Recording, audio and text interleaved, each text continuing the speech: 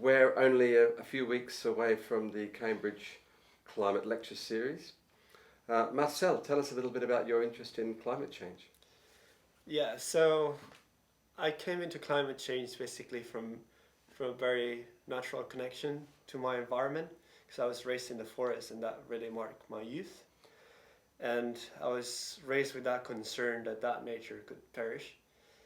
And later on in my youth, I also moved to the city and I got to know quite a lot of people from all over the world. And I also learned that climate change not only impacted the nature that surrounded us here, but most importantly impacted people all over the world. So I think we can set different levels and limits and thresholds in the climate discussion. We have the 2 degrees, we have the 1.5, we have the carbon budgets, the 3 years to act for the 1.5 limit.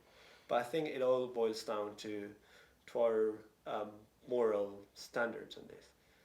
Because climate change is going to affect people and it's going to affect our ecosystems, which we rely upon.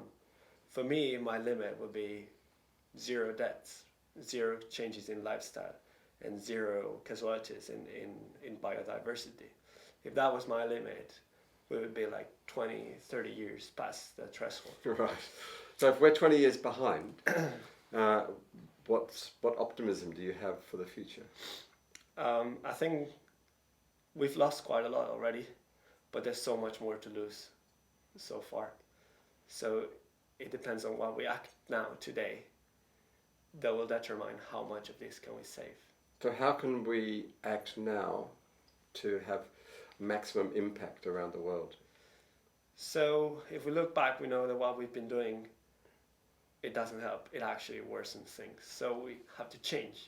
What have we done that's worsened things?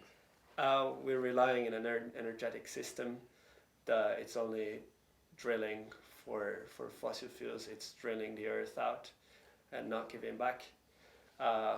We're just being extracting resources from developing world into the developed world. We've been mobilizing resources all over. We're not minimizing. We're just keeping growing on resources that are limited. But we keep on dumping into a dumpster that it's also limited. Well, now that the Arctic is melting, there's greater accessibility to more oil. Yeah, I don't think the end of oil is in the reserves of it. It's in the CO2 that we have in the atmosphere. Oh. So it's not that we cannot. We have our reserves. We cannot burn 80% of the oil reserves that we have now, and that's a fact, based on carbon budgets, based on the 2 degrees limit that we agreed politically.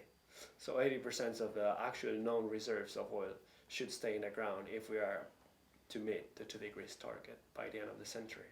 How many people that you speak to know about this carbon budget concept? The idea that if once we get to, 1 trillion tons of carbon, roughly? Yeah, I think that's very relative to every person. But for me, I'm quite surrounded by circles of climate interested people. So I'd say about 50% of people I talk to regularly, they know about climate carbon budgets. So how do we get the message outside of this circle that you and I talk to and who seem to understand? I think that's the biggest challenge, to put everyone in the same boat and share the knowledge and share the commitment and share the motivation to fight against climate change. And for that, the Cambridge Climate Lecture Series, I think it's a great tool and a great vehicle to go to fight for that, because it wants to bring together people from all different walks of life, from business companies. Then we also want to have people from academia, university, researchers, and we're also aiming to have youth on board, even some civil society organizations, politicians, public administrators, and etc. So I think that's a kind of meeting that we should have, because we already know the science is based. We already know what can we do, what should we do to fight climate change. We just need to change altogether, because we've always been hearing that single individual actions, they will make the greater change, and it is like this, but there's some changes that we cannot do by ourselves. We have to do all together as a society.